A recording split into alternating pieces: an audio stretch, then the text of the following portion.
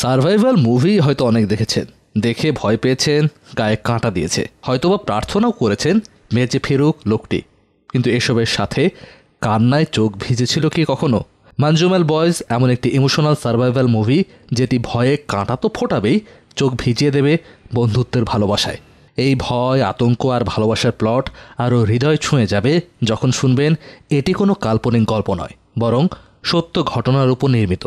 চলুন যাওয়া যাক সত্য ঘটনার আলোকে তৈরি উপমহাদেশের সেরা এই সার্ভাইভাল মুভিটির এক্সপ্লেনেশনে, যেই মুভিটি এবছরের প্রথমেই ভারতীয় মুভি হিসেবে বক্স অফিসে তাণ্ডব চালিয়েছিল।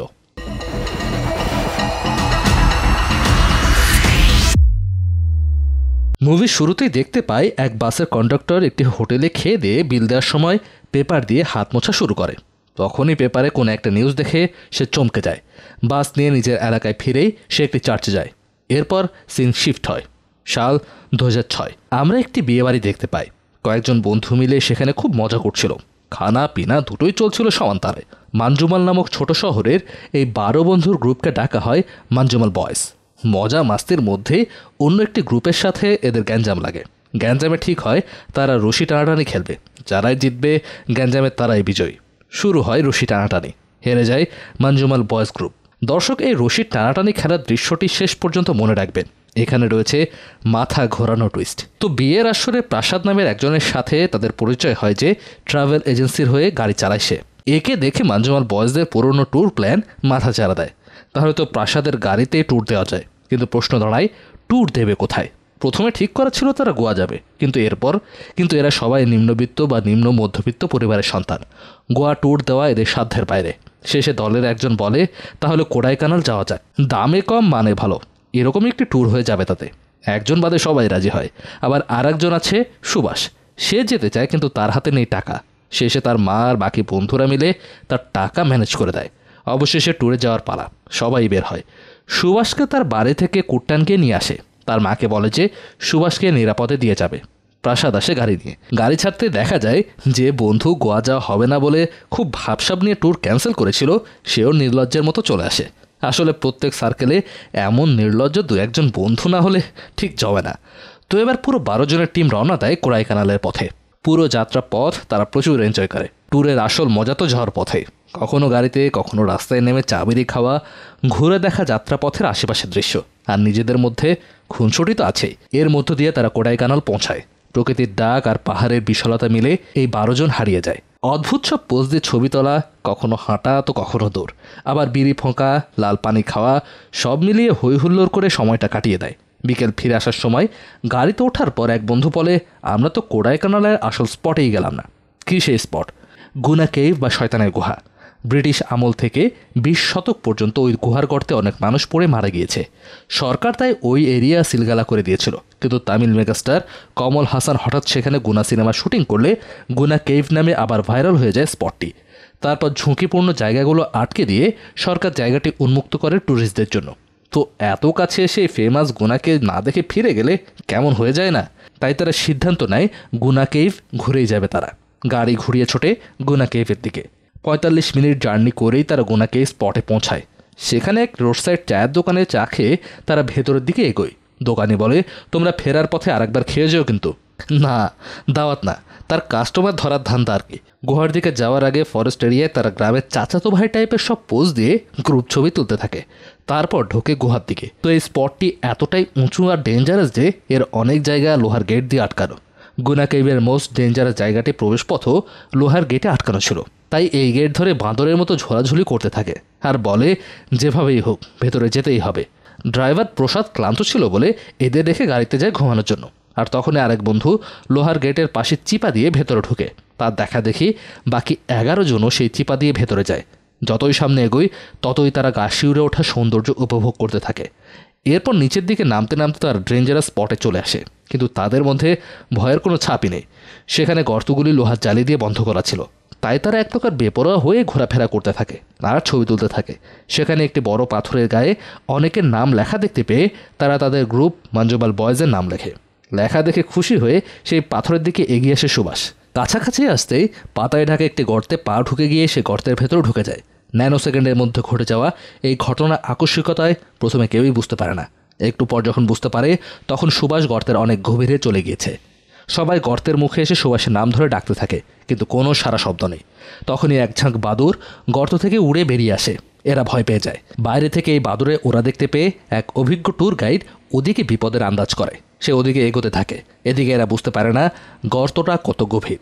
তাই একটি পাথরের টুকরো গর্তে ফেলে তারা গভীরতা মাপার চেষ্টা করে, কিন্তু পাথর পড়ার শব্দটি ধীরে ধীরে মিলিয়ে যায়। তারা বুঝতে পারে এই গর্তের মুখ ছোট হলেও গভীরতা তাদের ধারণা চাইতেও বেশি। ট্যুর গাইড ততক্ষণে তাদের কাছে চলে এসেছে। সবাই গাইডের কাছে অনুরোধ করে সাহায্যের জন্য। গাইড সব দেখে বলে, তোমার বন্ধুকে এখানে রেখেই বাসায় ফিরে যাও। এখন পর্যন্ত 13 জন এলাকার বিভিন্ন গর্তে পড়ে গিয়েছে, তাদের কাউকেই আর উদ্ধার করা যায়নি।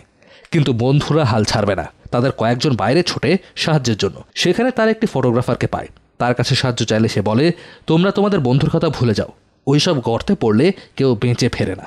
ওরা হতাশ হয়, কিন্তু দমে যায় না। আরও সামনে এগোলে সেই চায়ের দোকানিকে পায়। দোকানিও বলে, তোমার বন্ধুকে ফিরে পাওয়া সম্ভব নয়। ওই গুহায় শয়তান বাস করে, তার হাত থেকে ফিরে আসা সম্ভব নয়। কিন্তু দোকানের মেয়ে বলে, আপনারা এভাবে না ঘুরে পুলিশের কাছে যান, কিছু করলে ওরাই করতে পারবে। মেয়ের অনুরোধে দোকানে ওদের সাথে গুহায় যেতে সম্মত হয়। যাওয়ার পথে তারা ফরেস্ট গার্ডকে রিকোয়েস্ট করে সঙ্গে নেয়। সবাই গুহার ভেতরে ঢুকে দেখে গর্তের মুখে তখনও কয়েকজন সুভাষকে ডেকেই যাচ্ছে। গার্ড ধমক দিয়ে সরে যেতে বলে, না হলে ওখানে অন্যদেরও পড়ে যাওয়ার ঝুঁকি রয়েছে। এবার বন্ধুদের কয়েকজন ড্রাইভার প্রসাদকে সাথে নিয়ে ছোটে পুলিশ স্টেশনে। গর্তের মুখে সবাই যখন হতবাক হয়ে বসে আছে, তখন দেখা যায় আকাশে মেঘ করছে। টেনশনে মেঘের মতো অন্ধকার নেমে আসে সবার মুখে। একটু পরে 1-2 ফোঁটা করে বৃষ্টি শুরু হয়। মুহূর্তে তুমুল বৃষ্টি শুরু হয়। বৃষ্টির পানি গিয়ে পড়তে থাকে গর্তের ভেতর। কুট্টান একটি ছোট্ট গাছের গুঁড়ি এনে গর্তের পাশে শুয়ে পড়ে পানি আটকানোর জন্য। তার দেখা দেখি অন্যরাও গর্তের পাশে শুয়ে পড়ে, কিন্তু ঝর্ণার মতো বৃষ্টির পানি সেই বাধা কি আর মানে? তবুও বন্ধুকে বাঁচাতে বন্ধুদের কি আপ্রাণ চেষ্টা। এই দৃশ্যে পাষাণ হৃদয়গুলো যেতে বাধ্য চোখে পানি আসতে। ওদিকে থানায় গিয়ে বাকি বন্ধুরা পুলিশকে অনুরোধ করতে থাকে তাদের বন্ধুকে বাঁচাতে, কিন্তু পুলিশ তো সাহায্য করেই না, উল্টো তাদেরকেই বন্ধুর খুনের দায়ে আটকে রেখে মারতে থাকে। বড় অফিসার রেগে বলে, সেখানে মিনিস্টারের ছেলে গর্তে পড়ে গেলে পুরো প্রশাসন এক হয়ে উদ্ধার করতে পারেনি। এদের সাধারণ বন্ধুকে কে আসবে উদ্ধার করতে? কিন্তু শেষ পর্যন্ত সবার কান্নাকাটি আর জোরাজোরি দেখে মন গলে বড় অফিসারের। সে 2 জন পুলিশকে পাঠায় তাদের সাথে, বলে, গিয়ে দেখো তো আসলে ঘটনাটা কি। এই সময় সিন ফ্ল্যাশব্যাকে চলে যায়। সেখানে আমরা সবার ছোটবেলা দেখি সবাই নদীতে নেমে গোসল করলেও সুভাষ পানিতে নামতে ভয় পায়, কিন্তু বন্ধুরা সাহস দিলে সে পানিতে ঝাঁপ দেয়। এই ঝাঁপ দেওয়া দৃশ্যের সূত্র ধরে সিন চলে যায় সুভাষের গর্তে পড়ে যাওয়ার দৃশ্যে। এই দৃশ্য এতটাই রিয়েল করে ফুটিয়ে তোলা হয়েছে যে মনে হবে আপনি নিজেই পাথরে বাড়ি খেতে খেতে 900 ফুট গভীরে পড়ে যাচ্ছেন। একের পর এক পাথরে বাড়ি খেয়ে গায়ের কাপড় ছিঁড়ে আর সারা শরীর রক্তাক্ত হয়ে সুভাষ আছে লাশের মতো। স্পটে পুলিশ চলে আসে। সব কিছু দেখে সে ধমক দিয়ে বলে, এখানে পড়ে থেকে লাভ নেই, একে জীবিত পাওয়া যাবে না। সবাই বাড়ি চলে যাও, না হলে একে ফেলে দেওয়ার অপরাধে তোমাদের জেলে তুলব। এসব শুনে কুট্টান সহ বন্ধুরা খেপে গেলে পুলিশের সাথে ঝগড়া লেগে যায়। তখন চা দোকানে পুলিশকে বলে, স্যার এরা তো আমাদেরই মেহমান, এদের সাহায্য করা আমাদের কর্তব্য। ওদের ফিরে পাওয়া না পাওয়া পরের কথা, একবার চেষ্টা করে দেখি অন্তত। তখন গর্তের মুখে আগের মতো সুভাষকে ডাকছিল আরেক বন্ধু। নিচে সুভাষের হুঁশ পুরোপুরি না ফিরলেও সেই ডাক শুনতে পায় আর অনেক চেষ্টা করে চিৎকার দিয়ে ওঠে। গর্তের মুখে থাকা বন্ধুটি সুভাষের চিৎকার শুনতে পায়। সে নিজেও চিৎকার করে ওঠে, বলে, সুভাষ বেঁচে আছে, ও সাড়া দিয়েছে। এবার সবার টনক নড়ে, দৌড়ে আসে গর্তের মুখে। পুলিশটাও এবার সিরিয়াস হয়। সে থানায় ফোন করে জানায় গর্তের লোক জীবিত আছে। থানা থেকে এবার পুলিশের ফোর্স পাঠানো হয়। পুলিশ সাথে নিয়ে আসে ফায়ার সার্ভিস, সাথে যোগ দেয় ফরেস্ট অফিসার। স্পটে যেতে যেতে পুলিশ অফিসার ফরেস্ট অফিসারকে বলে, এই গুহার কোনো ম্যাপ আছে নাকি? ফরেস্ট অফিসার বলে, স্যার ম্যাপ তো দূরে থাক, এই গুহায় কত শত গোপন গর্ত আছে তার হিসাবই আমাদের জানা নেই। আমরা রশি ফেলে চেষ্টা করে দেখি, উঠলে উঠবে, না উঠলে নাই। ফায়ার সার্ভিস কর্মীরা গর্তে রশি ফেলে সুভাষকে চিৎকার করে উপরে উঠে আসতে বলে, কিন্তু নিচ থেকে কোনো সারা শব্দই নেই। বন্ধুদের একজন সিদ্ধু বলে, স্যার পাথরের মধ্যে এত নিচে পড়ে ওর হাত পা ভেঙে গিয়েছে হয়তো, তাই রশি ধরে উঠে আসার সম্ভাবনা খুবই কম। এখানে প্রশিক্ষিত কাউকে নামান। রেস্কিউ অফিসার তখন ফায়ার সার্ভিসের কর্মীদের নামতে বলে, কিন্তু এটা সোজা নেমে যাওয়া গর্ত নয়, নানা স্তরে পাথরে ঢাকা আঁকাবাঁকা গর্ত। তাই জীবনের চূড়ান্ত ঝুঁকি নিয়ে কোনো ফায়ার সার্ভিস কর্মী এখানে নামতে রাজি নয়। ফরেস্ট অফিসার বলে, পাথুরে গুহায় নামার অভিজ্ঞতা আছে এমন প্রশিক্ষিত লোক দরকার, কিন্তু তাকে খুঁজে বের করতে অনেক সময় লেগে যাবে। ততক্ষণে ওকে জীবিত উদ্ধার করা যাবে না। তখন বন্ধুরা সবাই আশাহত হয়ে ভেঙে পড়ে, কিন্তু একজন এগিয়ে আসে, কুট্টান বলে, আমি নিচে নামবো, রেস্কিউ অফিসার বলে, যেখানে দক্ষ লোকেরা নামার সাহস করছে না সেখানে তুমি কিভাবে পারবে? কুট্টান বলে, স্যার আপনারা চেষ্টা করছেন কারণ এটা আপনাদের ডিউটি, আর আমি চেষ্টা করছি কারণ এটা আমার ভালোবাসা, আমার বন্ধুত্বের টানে। আমাকে নামতে দিন, আমি ওকে তুলে নিয়ে আসবো। এবার কুট্টানের কোমরে রশি পেঁচানো হয়, আর একটা রশি হাতে দিয়ে বুঝিয়ে দেওয়া হয় কিভাবে সুভাষকে দেখলে তাকে বেঁধে তুলতে হবে। কিন্তু মানসিক চাপে কুট্টান কিছুতেই মনোযোগ দিয়ে শুনতে পারে না। বন্ধুর জন্য বন্ধুর ভালোবাসা, শুধু এটাকেই পুঁজি করে গর্তে নেমে পড়ে কুট্টান। এবার উপস্থিত সবাই যেন আবেগাপ্লুত হয়ে পড়ে। তেমনি সুভাষকে তুলে আনতে হয় বদ্ধপরিকর। এটাই ভালোবাসার শক্তি, যেটা দারুণ ছোঁয়াচে। কুট্টান যখন নিচে নামতে থাকে তখন দেখতে পায় বিশাল বিশাল পাথরে ভরা এই গর্ত তাদের ধারণার চাইতেও বেশি আঁকাবাঁকা। কুট্টানের নিচে নামার দৃশ্যগুলো এতটাই শ্বাসরুদ্ধকর ছিল যে পর্দার সামনে আপনারও দম বন্ধ হয়ে আসবে। সবচাইতে বড় বিষয় ছিল এই আঁকাবাঁকা গর্তে নামা যতটা কঠিন হচ্ছে, বোঝা যাচ্ছে উঠে আসা তার চাইতে কয়েক গুণ কঠিন হবে। তাও সাথে আবার আধমরা একজনকে টেনে তুলে আনতে হবে। আতঙ্কে গা শিউরে না উঠে উপায় আছে? কুট্টান যখন 120 মিটার নিচে নামে তখন রশি শেষ হয়ে যায়। রেস্কিউ অফিসার বলে, এর চাইতে বেশি নিচে গেলে অক্সিজেন সংকট হবে, নিঃশ্বাস নিতে না পেরে কুট্টানও মারা যেতে পারে। তারা উপর থেকে কুট্টানকে চিৎকার করে অক্সিজেন সংকটের কথা জানায় আর বলে রশি শেষ। কুট্টানকে তারা উপরে তুলে নিতে চায়। নিচ থেকে কুট্টান বলে, দরকার হলে আরও রশি যুক্ত করুন, তবু আমি আমার বন্ধুকে না নিয়ে উঠব না। আর যদি আমাকে টেনে তুলতে চান তাহলে আমি নিজে রশি খুলে দিয়ে নিচে পড়ে যাব। বন্ধুর প্রতি ভালোবাসার কাছে হার মেনে যায় সবাই। তারা আরও রশি যুক্ত করে কুট্টানকে আরও নিচে নামাতে থাকে। কুট্টান নিচে নামতে নামতে সুভাষের নাম ধরে ডাকতে থাকে, কিন্তু কোনো সাড়া নেই। হঠাৎ পাথরের এক ফাঁক থেকে উড়ে যায় এক ঝাঁক বাদুড়। ভয়ে কেঁপে ওঠে কুট্টান, কিন্তু দমে যায় না। আরও নিচে নেমে সে একটি পাথরে রক্তের ছোপ ছোপ দাগ দেখতে পায়। ভয়ে আঁতকে উঠলেও বুঝতে পারে সে সুভাষের কাছাকাছি চলে এসেছে। সে চিৎকার করে রশি আরও লুজ করতে বলে। এরপর আরও কয়েক ধাপ নিচে নামতেই সে সুভাষের নিথর দেহ দেখতে পায়। সেটাকে দেহ বললে ভুলই হবে, রক্তে মাখা কোনো লাশ মনে হয়। তার উপরে বৃষ্টি হওয়া কাদামাটির প্রলেপ। দেহটা একটি পাথরের ঠেকে কোনো রকমে ঝুলে আছে। সুভাষকে দেখেই কান্নায় ভেঙে পড়ে কুট্টান। উত্তেজনায় চিৎকার দিয়ে ওঠে সে। সবাইকে জানায় সুভাষের কাছে পৌঁছেছে সে। উপর থেকেও সবাই বুঝতে পারে কুট্টান সুভাষকে পেয়েছে। সবার চোখে মুখে তখন উত্তেজনা চরমে। তবে কি শেষ পর্যন্ত তুলে আনা যাবে সুভাষকে, যার ফিরে আসার কোনো সম্ভাবনাই ছিল না? দর্শক, আগেই উত্তেজিত হবেন না, উত্তেজনা এখন অনেক বাকি। সুভাষের কাছে গিয়ে ওকে ধরতেই সুভাষ গলা টিপে ধরে কুট্টানের। অচেতন সুভাষ কুট্টানকে মৃত্যুদূত ভেবেছে। ভয়ে আতঙ্কে চিৎকার করে সুভাষকে শান্ত করার চেষ্টা করে কুট্টান, কিন্তু পেরে ওঠে না। তবে আধমরা সুভাষ একটু পরেই আবার নিস্তেজ হয়ে যায়। এই অবস্থায় সুভাষকে যেভাবে দড়িতে বাঁধার কৌশল বলে দিয়েছিল কুট্টান সেটা ভুলে যায়। সুভাষকে জড়িয়ে ধরে নানা রকম চেষ্টা করার পর অবশেষে ঠিকমতো বেঁধে নিতে পারে। তারপর চিৎকার দিয়ে বলে রশি টান দিতে। উপর থেকে সবাই দ্বিগুণ মনোবল নিয়ে রশি টানতে থাকে, কিন্তু উঠে আসা আঁকাবাঁকা পথ অনেক কঠিন হয়ে পড়ে।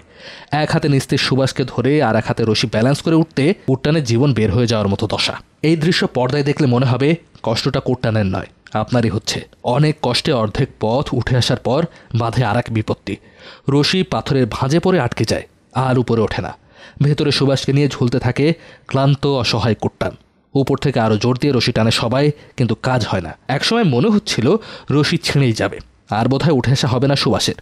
গুহার অতল গহীনে বোধহয় দুজনেই হারিয়ে যাবে। এতক্ষণ বাইরে চুপ করে থাকা এক বন্ধু এসে ধমকের সুরে বলে ওঠে, আরে রশি ছিঁড়ে যাবে তো, তোমরা রশি ঢিল দাও। এবার সবার হুঁশ হয়। তারা রশি ঢিল দিলে গর্তে পাথরের খাঁজে আটকে পড়া রশি আলগা হয়ে বের হয়ে আসে। তখন রশির টানে আবার উপরে উঠতে থাকে কুট্টান। অবশেষে সুভাষকে নিয়ে গর্তের সরু মুখটা দিয়ে উঠে আসে কুট্টান। সবার প্রাণপণ চেষ্টা সফল হয়। আনন্দে হতবাক সবাই। বন্ধুকে পেয়ে কান্নায় ভেঙে পড়ে বাকি বন্ধুরা। রেস্কিউ টিম যে কুট্টানকে অবহেলা করেছে সেই কুট্টানই সবার কাছে বীর হয়ে ওঠে। তারপর সুভাষকে নিয়ে সবাই বের হয়ে আসে গুহা থেকে। বসানো হয় বাইরে। মুহূর্তেই ভিড় জমে যায়। মৃত্যুকে জয় করে এসেছে বলে গ্রামবাসী সুভাষকে দেবতা বলে পা ছুঁয়ে দেয়। তারপর দ্রুত সুভাষ আর কুট্টানকে লোকাল হসপিটালে নেওয়া হয়। সেখানে প্রাইমারি ট্রিটমেন্ট শেষে পাঠানো হয় শহরে। তখন সাংবাদিকেরা কুট্টানদের ঘিরে ধরে জিজ্ঞাসা করে গুনা কেইভে আসলে কি হয়েছিল। কুট্টান কিছুই বলে না, চুপচাপ চলে আসে। সুভাষ মোটামুটি সুস্থ হলে তাকে এলাকার সরকারি হসপিটালে ভর্তি করা হয়। সুভাষের মা ছেলের বিক্ষত শরীর দেখে রেগে গেলে কুট্টানেরা বলে তেমন কিছু না, ও ছোট্ট একটি গর্তে পড়ে গিয়ে চোট পেয়েছে। সুভাষের মা তখন কুট্টানকে বকাঝকা করে, কারণ কুট্টানের কথার ভরসা করে সে তার ছেলেকে পাঠিয়েছিল, আর এখন এই অবস্থায় ফিরেছে তার ছেলে। এরপর দিন কেটে যেতে থাকে। সবাই ফিরে যায় যার যার কাজে। সুভাষের তখনও মানসিক ট্রমার চিকিৎসা চলছে। তখন সিন শিফট হয় সেই প্রথম দৃশ্যে। সেই বাস কন্ডাক্টরের কথা মনে আছে তো? খাবার খেয়ে সে যে পেপার দিয়ে হাত মুছতে যায়, সেই পেপারে গুনা কেভের ঘটনাটি ছাপা হয়। বিস্তারিত বলা হয় কিভাবে কুট্টান তার বন্ধু সুভাষের জীবন বাঁচিয়েছে। এলাকায় ফিরেই কন্ডাক্টর সেই পেপার কাটিং নিয়ে সুভাষের মাকে দেখায়। সবাই কুট্টানের সেই রেস্কিউ মিশন আর বন্ধুর জন্য ভালোবাসা দেখে আবেগে আপ্লুত হয়ে যায়। সুভাষের মা সহ সবাই চলে আসে কুট্টানের বাড়ি। সুভাষের মা কুট্টানের সামনে এসে 2 হাত জোর করে কান্নায় ভেঙে পড়ে। সব বুঝতে পেরে কান্নায় ভেঙে পড়ে কুট্টানো। এই ভালোবাসার কান্না, বন্ধুর জন্য বন্ধু স্যাক্রিফাইসের কান্না ছড়িয়ে পড়ে উপস্থিত সবার চোখে মুখে। কারণ ওই যে বলেছিলাম, ভালোবাসা ছোঁয়াচে। এখানে এসে শেষ হয় বন্ধুত্ব, ভালোবাসা, স্যাক্রিফাইসের গল্পে জমজমাট এই সার্ভাইভাল মুভিটি। শেষে আরেকটি দৃশ্যের কথা মনে করিয়ে দিই। সেই যে প্রথম দিকে বিয়েবাড়িতে রশি টানার প্রতিযোগিতার দৃশ্যটা মনে রাখতে বলছিলাম, মনে রেখেছেন তো? দর্শক, ওই দৃশ্যে সিনেমার মাঞ্জুমাল বয়েজ টিমের অপোজিটে রশি হাতে যারা ছিল তারাই কিন্তু রিয়েল মাঞ্জুমাল বয়েজ। গুনা কেভের আসল ঘটনাটি তাদের সাথেই ঘটেছিল।